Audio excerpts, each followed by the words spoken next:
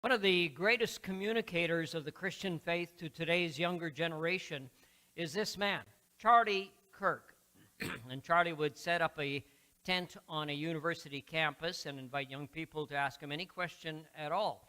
And as I watched many of his videos online, I would be constantly amazed at the depth of his knowledge and the answers he gave.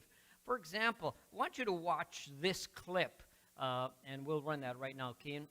I just want to say I'm a transgender male. What age should kids be able to get things like hormone therapy? Because I don't know what's true, what's not. Tell me, are you comfortable telling me your story? I've known that since like third grade, and I'm currently 19, almost 20. I've known basically since then. I didn't start going by like a different name until 7th and 8th grade. I just don't know, like, with the whole medical stuff, like what's true, what's not, what's helpful, because I've heard so many different opinions. First of all, thank you so much for that. Yeah, of course. So I'm going to have an opinion that very few people will ever tell you, which is I want you to be very cautious putting drugs into your system in the pursuit of changing your body. Mm-hmm. I instead encourage you to work on what's going on in your brain first. I think what you need first and foremost is just a diagnosis. Mm-hmm. Just someone that is going to listen to what you've gone through, listen to what else is going on. My prayer for you,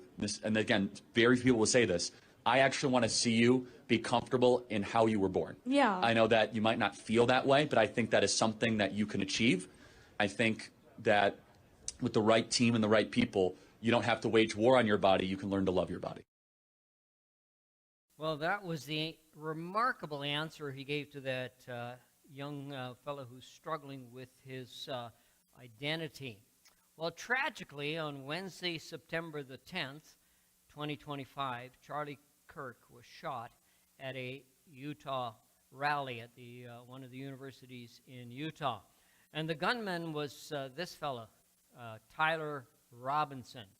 And Robinson was in a romantic relationship with his roommate at the university, a transgender biological male who's transitioning to become female. This was the texting that happened between the two after Robinson shot Kirk. Robinson texted his roommate, "Drop what you are doing, look under my keyboard." And when the roommate looked under the keyboard, there was a note that allegedly read, "I had the opportunity to take out Charlie Kirk, and I'm going to take it." The roommate, "What? You're joking, right?" Robinson goes on to say, "I'm still okay, my love, but I'm stuck in Orem, Utah for a little while longer. Shouldn't be long until I can come home, but I got to grab my rifle still. To be honest, I had hoped to keep this secret till I died of old age. I am sorry to involve you. You weren't the one who did it, right?" Robinson, "I am. I'm sorry." And then the roommate asked, "Why?" Robinson, "Why did I do it?" The roommate, "Yeah. I've had enough of his hatred. Some hate can't be negotiated out." I find it interesting that and it's almost ironic, probably that's a good word, ironic, that Robinson was so concerned about Charlie Kirk's supposed hatred. But then he himself committed the ultimate act of hatred, which is murder. 1 John 3:15, anyone who hates his brother is a murderer. And he actually followed through on the act of hating by pulling the trigger. Here in North America, we pride ourselves in our liberal, tolerant society.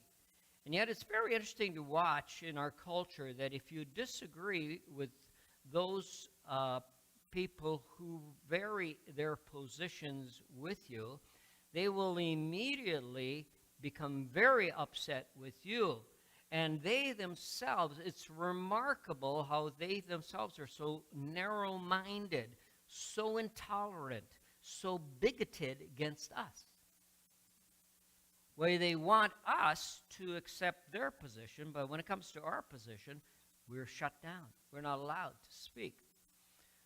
Now, we realize that Jesus promised this kind of opposition would be par for the course for us as Christians. Jesus said in John 15, remember what I told you, a servant is not greater than his master. If they persecuted you, they persecuted me. They will persecute you also. If they obeyed my teaching, they will obey yours also. They will treat you this way because of my name, because they do not know the one who sent me.